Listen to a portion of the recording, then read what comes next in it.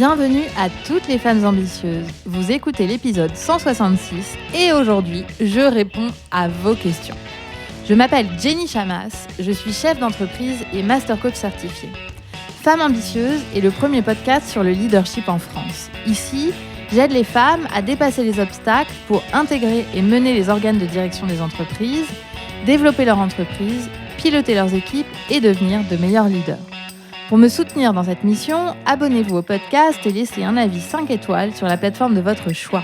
Mille merci. Bonjour mes chers leaders. Faites-vous partie des presque 10 000 femmes qui ont déjà bénéficié du guide e-book interactif Femmes et leaders d'exception que j'ai créé spécialement pour vous? Si ce n'est pas le cas, je vous invite à écouter cette courte annonce. Ce guide est un e-book téléchargeable gratuitement dans lequel je vous enseigne les 10 clés pour exceller dans votre leadership. Chaque enseignement est accompagné d'un exercice de mise en pratique super puissant. Pour être tout à fait honnête, j'ai réuni dans ce guide quelques-uns de mes meilleurs conseils et mises en pratique, rien que pour vous. Moi, perso, j'aurais rêvé d'avoir un guide comme ça quand j'étais au CODIR dans ma boîte en Corée du Sud et aussi quand je suis devenue entrepreneur. Alors, je vous invite à vous rendre sur la page jennychamas.com/guide ou cliquer sur les liens dans les notes de cet épisode. Alors, je vous conseille de mettre pause tout de suite, d'aller sur la page jennychamas.com/guide ou de cliquer dans les notes de cet épisode et de télécharger ce guide parce que je pense qu'il vous sera très, très utile. Évidemment, j'adorerais recevoir vos feedbacks, savoir ce que vous en pensez et quels sont les outils qui vous ont été les plus utiles. Place maintenant à l'épisode questions-réponses du jour pour clôturer cette année 2021. Alors, je vais être très honnête, mes chers leaders, vous m'avez envoyé tellement de questions qu'il était impossible de répondre à toutes dans un seul épisode. Donc moi, ce que j'ai fait, c'est que j'ai gardé précieusement vos questions et que à toutes celles auxquelles je ne répondrai pas aujourd'hui, eh bien, j'y répondrai plus tard dans un prochain épisode Q et R. Alors, vous m'avez demandé, les questions sont très variées. Donc, je commence par 2 questions qui sont plutôt personnelles et puis ensuite 2 questions de coaching. Une personne m'a demandé quelle est ma routine santé et comment je gère mon alimentation. Pour moi, la routine santé commence déjà par le sommeil, qui est un vrai sujet pour moi parce que je suis de nature anxieuse et que cette anxiété se manifeste dans mon sommeil. Donc, l'une de mes priorités au niveau de la santé, c'est mon sommeil, c'est d'avoir un bon sommeil. Alors, je m'en occupe en étant très consciente de mon agenda, en faisant en sorte d'avoir assez d'heures de sommeil et en faisant attention à mon alimentation. Donc, moi, je suis, si vous connaissez les chronotypes, je suis lion, c'est-à-dire que je me lève très tôt et je me couche très tôt. J'ai une grosse, beaucoup d'énergie le matin. Je me lève très facilement. J'adore le matin. Et le soir, j'adore dormir tôt. Donc, je m'adapte à ce rythme. Je me couche tôt, à 22h, sauf quand je sors. Et je sors vraiment rarement plus de 2 fois par semaine. J'évite les écrans le soir au maximum. Et quand je regarde une série, je veille à arrêter tôt. Alors bon, je vous rassure, il y a des dérapages parfois. Je bois très très peu d'alcool, peut-être 1 fois par semaine et pas toutes les semaines. Et quand je bois en petite quantité, sauf bien sûr pendant les fêtes de Noël. Et ça, c'est récent, c'est-à-dire que mon rapport à l'alcool a énormément changé ces dernières années, un peu malgré moi et en fait avec beaucoup de joie. Je bois beaucoup moins qu'avant. Et en fait, ça a nettement amélioré mon sommeil. Donc, c'est pour ça que je le précise ici, parce que je pense que c'est une vraie clé. Si vous avez des difficultés à dormir, posez-vous la question de l'alcool que vous buvez le soir. Ça a un vrai impact. Je fais du sport 2 à 3 fois par semaine, fitness et yoga, et je marche beaucoup. Alors, une façon pour moi de marcher beaucoup, c'est par exemple de descendre du métro quelques stations plus tôt, et j'essaye 1 fois par semaine de rentrer à pied chez moi quand c'est possible. Et donc, ça veut dire 1h15 de marche. Tout cela est un grand changement par rapport à ma vie d'avant. C'est-à-dire que je voudrais que vous compreniez bien que ça n'est pas... je n'ai pas une vie... j'ai pas toujours eu une vie comme ça et que c'est arrivé au fur et à mesure du temps par étapes. J'ai pendant des années eu des difficultés à être régulière dans ma pratique de sport. J'ai pendant des années bu du vin quasiment tous les soirs. Et j'ai pas radicalement changé du jour au lendemain. C'est en fait un processus qui s'est établi au fur et à mesure par différentes circonstances. Et sans jamais avoir décidé un jour, je boirai plus d'alcool et je ferai du sport 3 fois par semaine parce que en fait, les fois où j'ai décidé ça, ça n'a évidemment pas marché. Donc, c'est un processus qui a pris plusieurs années. Je ne sais pas pour combien de temps il est là pour durer. Mais en tout cas, ça m'aide énormément dans mon sommeil. Et récemment, un truc que j'ai adopté qui m'aide également beaucoup, c'est que je porte une bague connectée qui me donne des données en fait sur mon sommeil, sur les battements de mon cœur, sur mon activité physique et qui me donne également des recommandations. Donc ça m'aide beaucoup. Alors, pas que les recommandations sont absolument incroyables par rapport à ce que je faisais déjà, mais surtout le fait d'avoir cette bague, de regarder l'app et les recommandations, ça me permet de me rappeler que ça, c'est un objectif pour moi d'avoir un sommeil, un bon sommeil et d'avoir de l'activité physique. Ensuite, pour gérer ma routine santé, je fais des check-ups réguliers et donc je ne saurais dire et redire assez de fois, allez chez votre gynéco au moins une fois par an. Faites-vous palper les seins, s'il vous plaît. Si votre gynéco ne le fait pas, changez de médecin. C'est ce que j'ai fait, même si j'adorais mon gynéco. Je l'ai fait parce qu'il ne palpait pas les seins et c'est quand même comme ça qu'on peut découvrir si on a une boule et prévenir le cancer du sein. Faites-vous faire aussi des frottis, c'est hyper important. Donc, voilà, je passe un message de prévention, mais si vous n'avez pas fait ça récemment, c'est le moment, mettez pause et prenez rendez-vous, s'il vous plaît. Je soigne aussi mes dents régulièrement. Je vais chez l'ostéo quand je me sens un peu décalée, des accès. Et je suis une adepte des massages énergétiques type Reiki et de la réflexologie plantaire. Donc ça, c'est quelque chose que je fais aussi régulièrement. Et en ce qui concerne l'alimentation, puisque c'était aussi une question qui m'a été posée, je suis végétarienne depuis cet été. Et donc, je suis suivie par une nutritionniste et naturopathe pour m'assurer que j'ai bien tous les nutriments nécessaires et les vitamines. Et je mange majoritairement bio et local et beaucoup de légumes. Au maximum, je planifie mes menus de la semaine le week-end, ou alors c'est mon mari qui le fait. En fait, on cuisine en grosse quantité en avance pour pas avoir à y penser la semaine et être en mesure de congeler certains plats pour les semaines où nous avons moins de temps. Et donc ça, c'est parce qu'on est une famille, on a des enfants, qu'il y a des repas à gérer et que c'est une façon pour nous de manger des choses qu'on aime bien et de ne pas se retrouver à 7 heures du soir sans savoir quoi faire. Donc voilà pour ces réponses. J'espère que ça pourra vous donner un peu d'inspiration. Alors, j'ai eu une autre question qui est: comment vis-tu le 50-50 des émotions, sachant que tu as réussi à faire croître ton entreprise?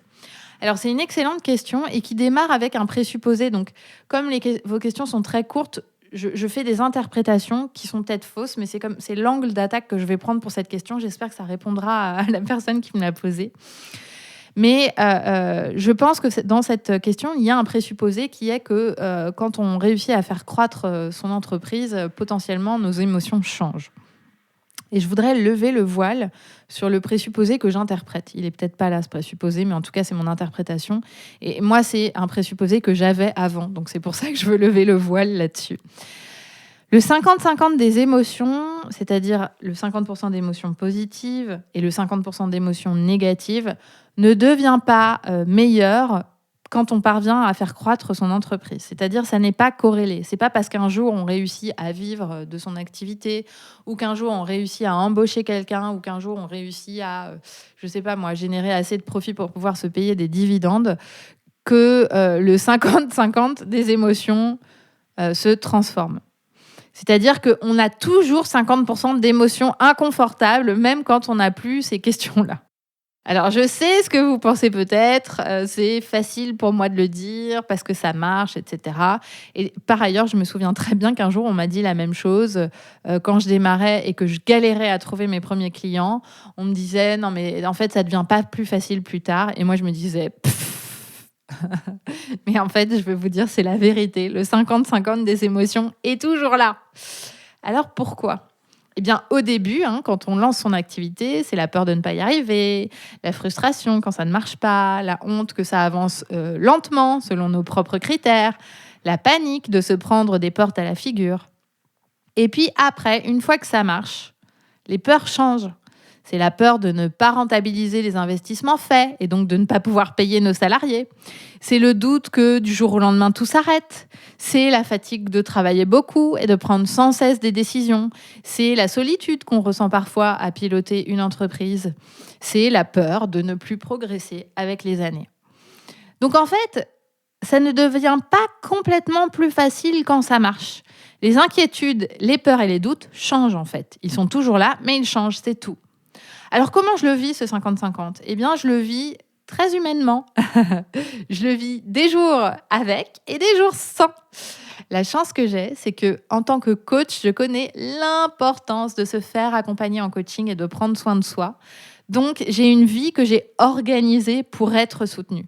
Je suis coachée, je prends du temps pour méditer, pour faire du yoga, je vois mes copines et tout ça m'apporte un grand soutien émotionnel. Et puis, je dois l'avouer, avoir une équipe rend pour moi les choses beaucoup plus agréables, beaucoup plus fun et aussi m'apporte énormément de ressources. Et puis, j'accepte que parfois, ça ne va pas du tout parce que, bien évidemment, ça m'arrive et je crois que ce serait une erreur de taire ça. Il y a des jours où vraiment, j'en ai marre, je ne sais plus quoi faire, je ne sais plus comment faire, je suis fatiguée, j'ai envie de tout envoyer bouler. Et en fait, c'est normal parce que je suis un être humain comme vous toutes et que donc on a toutes ces moments-là, toutes et tous ces moments-là qui s'expriment selon chacun d'entre nous différemment. Donc dans ces cas-là, moi, ma façon de gérer, c'est que je pleure, je mange du chocolat et un bon repas parce que évidemment, je compense avec la nourriture. Et puis, au bout d'un moment, ça passe.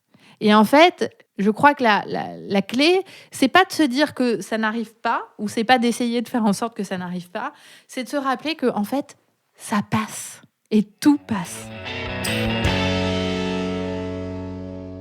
Ensuite, une autre question qui m'a été posée, c'est comment arrêter le perfectionnisme ? Alors, j'adorerais avoir un bouton pour mettre sur pause le perfectionnisme et vous enseigner comment faire, mais il n'existe pas encore. Alors, je vais vous partager des clés qui me semblent importantes pour s'affranchir de ce mal du siècle, ce syndrome de la bonne élève, ce souhait d'être parfait, d'obtenir tous les galons, de toujours faire plus, de toujours faire mieux. La première clé, c'est d'en prendre conscience. Que percevez-vous de vos tendances perfectionnistes ? Comment est-ce qu'elles se manifestent chez vous ? Est-ce que c'est des heures de travail à relire la même chose 100 fois ? Est-ce que c'est vouloir toujours tout améliorer sans jamais vous dire que ce que vous avez fait, c'est bien ? Est-ce que c'est toujours vouloir performer dans vos journées, dans le travail, mais aussi dans la vie personnelle ? Tout doit être parfait. Donc, regardez comment ça se déroule pour vous au travail, mais aussi à la maison. Est-ce que, par exemple, votre maison doit être tout le temps 100% rangée, la panière de linge vide, les plats préparés et sains, vous devez faire du sport, toujours bien vous habiller, vous démaquiller le soir systématiquement pour ne pas avoir des boutons, etc., etc. Une fois que vous en prenez conscience, c'est de remarquer quand vous le faites. Le reconnaître avec curiosité et sans jugement. Vraiment en se disant « Ah bah tiens, ça doit être un signe de mon perfectionniste. » Pas en se disant « Ah bah non, là, c'est vraiment le signe que tu es vraiment une perfectionniste à la noix, ça va pas du tout. » Non, mais juste observer avec curiosité. Tiens, je remarque qu'en fait, j'ai cette tendance-là, j'ai du mal à m'en défaire, et ça doit être ça, ce qu'on appelle le perfectionnisme. Et puis ensuite, c'est de choisir, ou pas, de lâcher prise.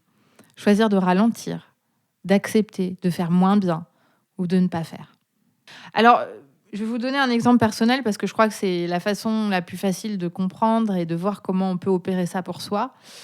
Mais moi, j'ai réalisé récemment que le week-end, je ne me reposais pas. C'est-à-dire que, évidemment, j'ai des tendances perfectionnistes, que je m'améliore dans le travail, mais qu'en fait, du coup, ce qui se passe, c'est qu'il y a un vase communicant qui fait que, du coup, ça s'empire dans la vie personnelle. Alors moi, ça se traduisait par le week-end, je ne me reposais pas. C'est-à-dire que même quand je n'avais rien de prévu, parce que c'est pas nécessairement parce que j'ai des choses de prévues que je me repose pas, j'étais constamment affairée à la maison pour toute la vie domestique. Évidemment, tout ce qu'on peut imaginer de la vie domestique, les repas, les menus, les courses, ranger, nettoyer, etc. Le linge, les plantes, enfin bon, tout quoi. Et même quand ça c'était fini, je prenais un livre. Mais attention, un livre de préférence de développement personnel pour quand même bosser un peu, pas trop se reposer. C'est-à-dire que le livre sur le canapé, il ne faudrait pas trop se reposer. Et donc évidemment, aucune surprise quand je ressens la fatigue, si chaque chose que je fais doit être une performance. Alors, cette prise de conscience m'a permis de décider d'en faire beaucoup moins le week-end. C'est passé par une des choses que j'ai décidé de faire, qui est de prendre au moins un petit déjeuner au lit le week-end, au rythme de mon mari. Et mon mari n'est pas un lion qui se lève tôt. Il se lève plus tard que moi. Et donc, ça veut dire que je me suis imposée, d'une certaine façon, de rester au lit jusqu'à ce que mon mari se réveille et qu'il aille me préparer un petit déjeuner. Et de traîner avec mon livre, avec, je sais pas, ma méditation, mon cahier, tout ce que je veux, ou alors de rien faire et de regarder le plafond. Le but, c'est pas une performance, c'est vraiment de se dire, j'expérimente ce que ça veut dire et ce que ça fait de ne rien faire. Et ça, c'est du lâcher-prise. Alors au début, je vais pas vous le cacher, je trouvais ça extrêmement difficile et terrible d'attendre qu'il se réveille. De ne rien faire parce que en fait ma tendance perfectionniste fait qu'à chaque fois que j'accomplis quelque chose, j'ai tout de suite une gratification immédiate, une satisfaction. Ah bah tiens, ça c'est fait, case cochée. Et donc évidemment, en restant dans mon lit quelques heures le matin, j'avais pas cette case cochée, j'avais pas cette satisfaction. Mais j'ai trouvé d'autres satisfactions à ça, c'est-à-dire apprendre à prendre le temps. Apprécier de se sentir reposée et dispose une fois que je me lève. Et évidemment, c'est tout sauf parfait, parce que je prends moins de temps pour faire ce qu'il y a à faire à la maison. Mais finalement, c'est aussi bien comme ça. Alors, il n'y a pas d'arrêt radical du perfectionnisme autre que la prise de conscience et la mise en action pour changer vos schémas.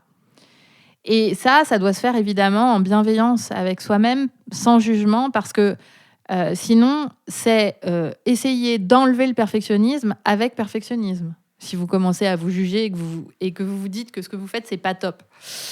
Donc, c'est un peu le serpent qui se mord la queue.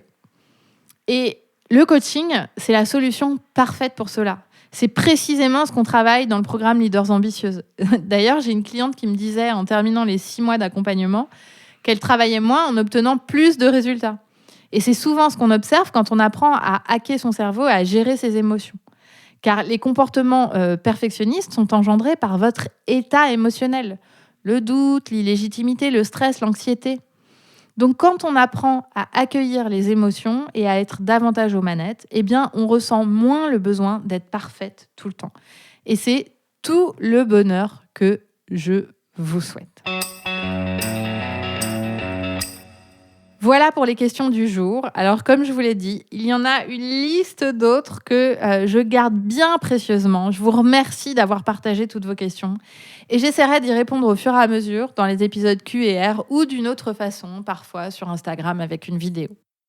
Je vous souhaite une très, très, très belle nouvelle année et de kiffer le passage à l'année 2022. Si vous êtes une femme leader en entreprise ou entrepreneur et que vous voulez avoir plus d'impact, vous sentir à votre place dans vos fonctions et être une meilleure leader, nous serons ravis de vous accompagner. Pour nous contacter et en savoir plus sur notre programme d'accompagnement, vous pouvez cliquer sur le lien dans les notes de cet épisode ou vous rendre sur mon site jennychamas.com sur la page coaching. Sachez que nous accompagnons également les entreprises à développer le leadership de leur talent féminin. Pour nous contacter, vous pouvez vous rendre sur la page entreprise de notre site ou cliquer sur le lien dans les notes de cet épisode.